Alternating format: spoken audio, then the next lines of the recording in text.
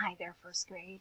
I am back with Charlotte's Web, and we were in the middle of a chapter called Wilbur's Boast. And a boast means to kind of talk about yourself and talk about how great you are and about all the cool things you can do.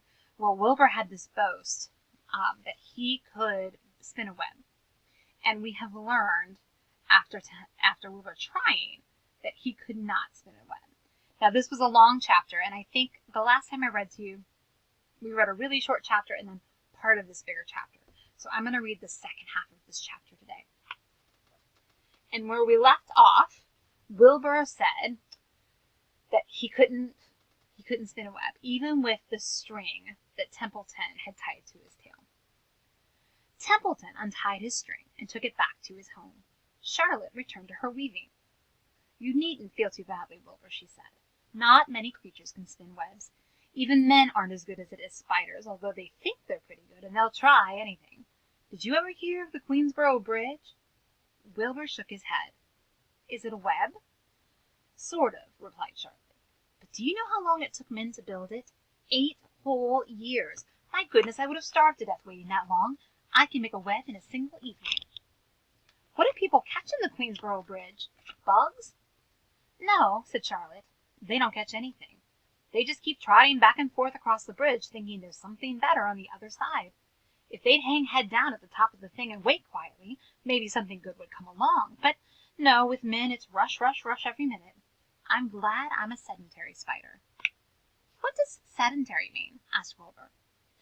"It means I sit still a good part of the time and don't go wandering all over creation.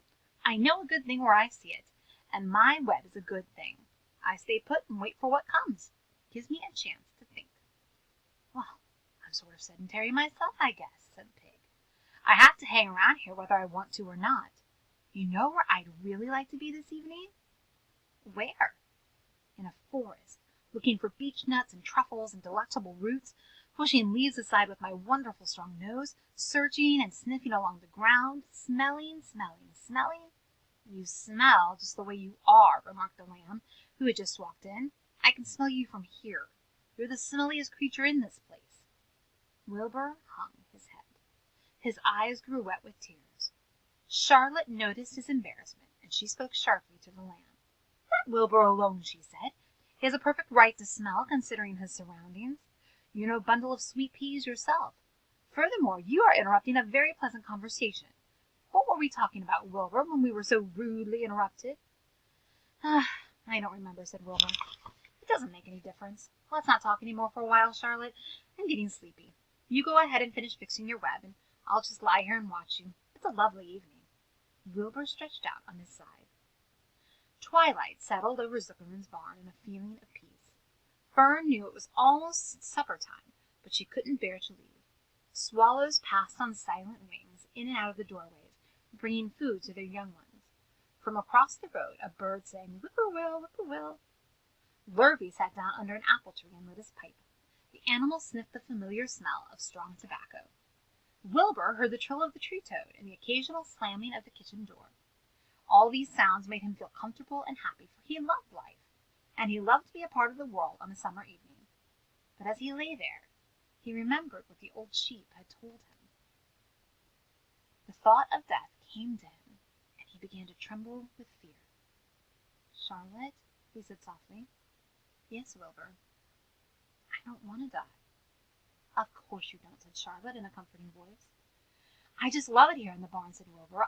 "I love everything about this place." "Of course you do," said Charlotte. "We all do." The goose appeared, followed by her 7 goslings. They thrust their little necks out and kept up a musical whistling, like a tiny troop of pipers. Wilbur listened to the sound with love in his heart. "Charlotte," he said. "Yes," said the spider. "Were you serious when you promised you would keep them from killing me?" "I was never more serious in my life.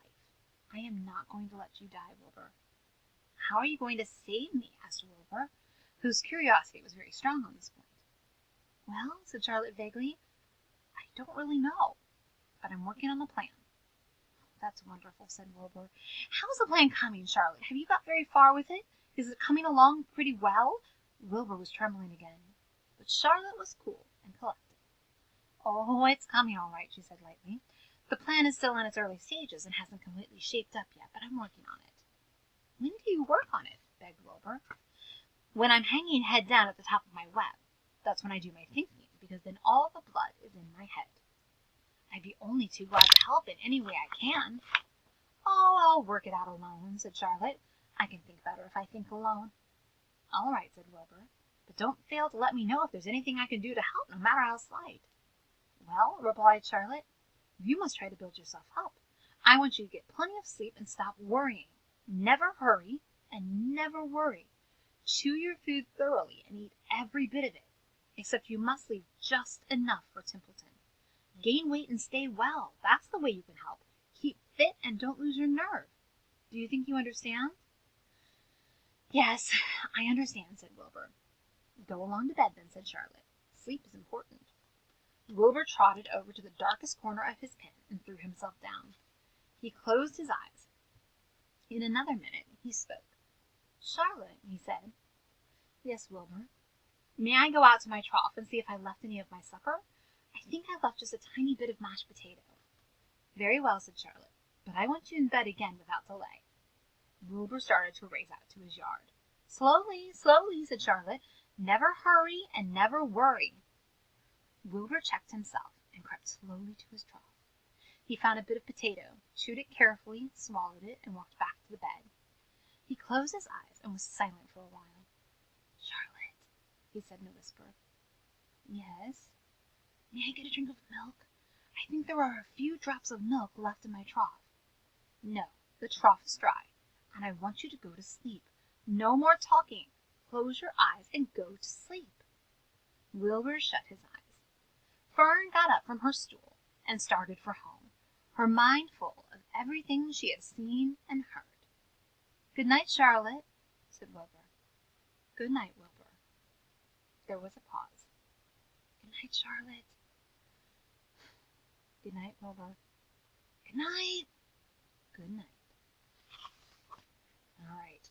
So tomorrow we're going to read chapter 10, An Explosion.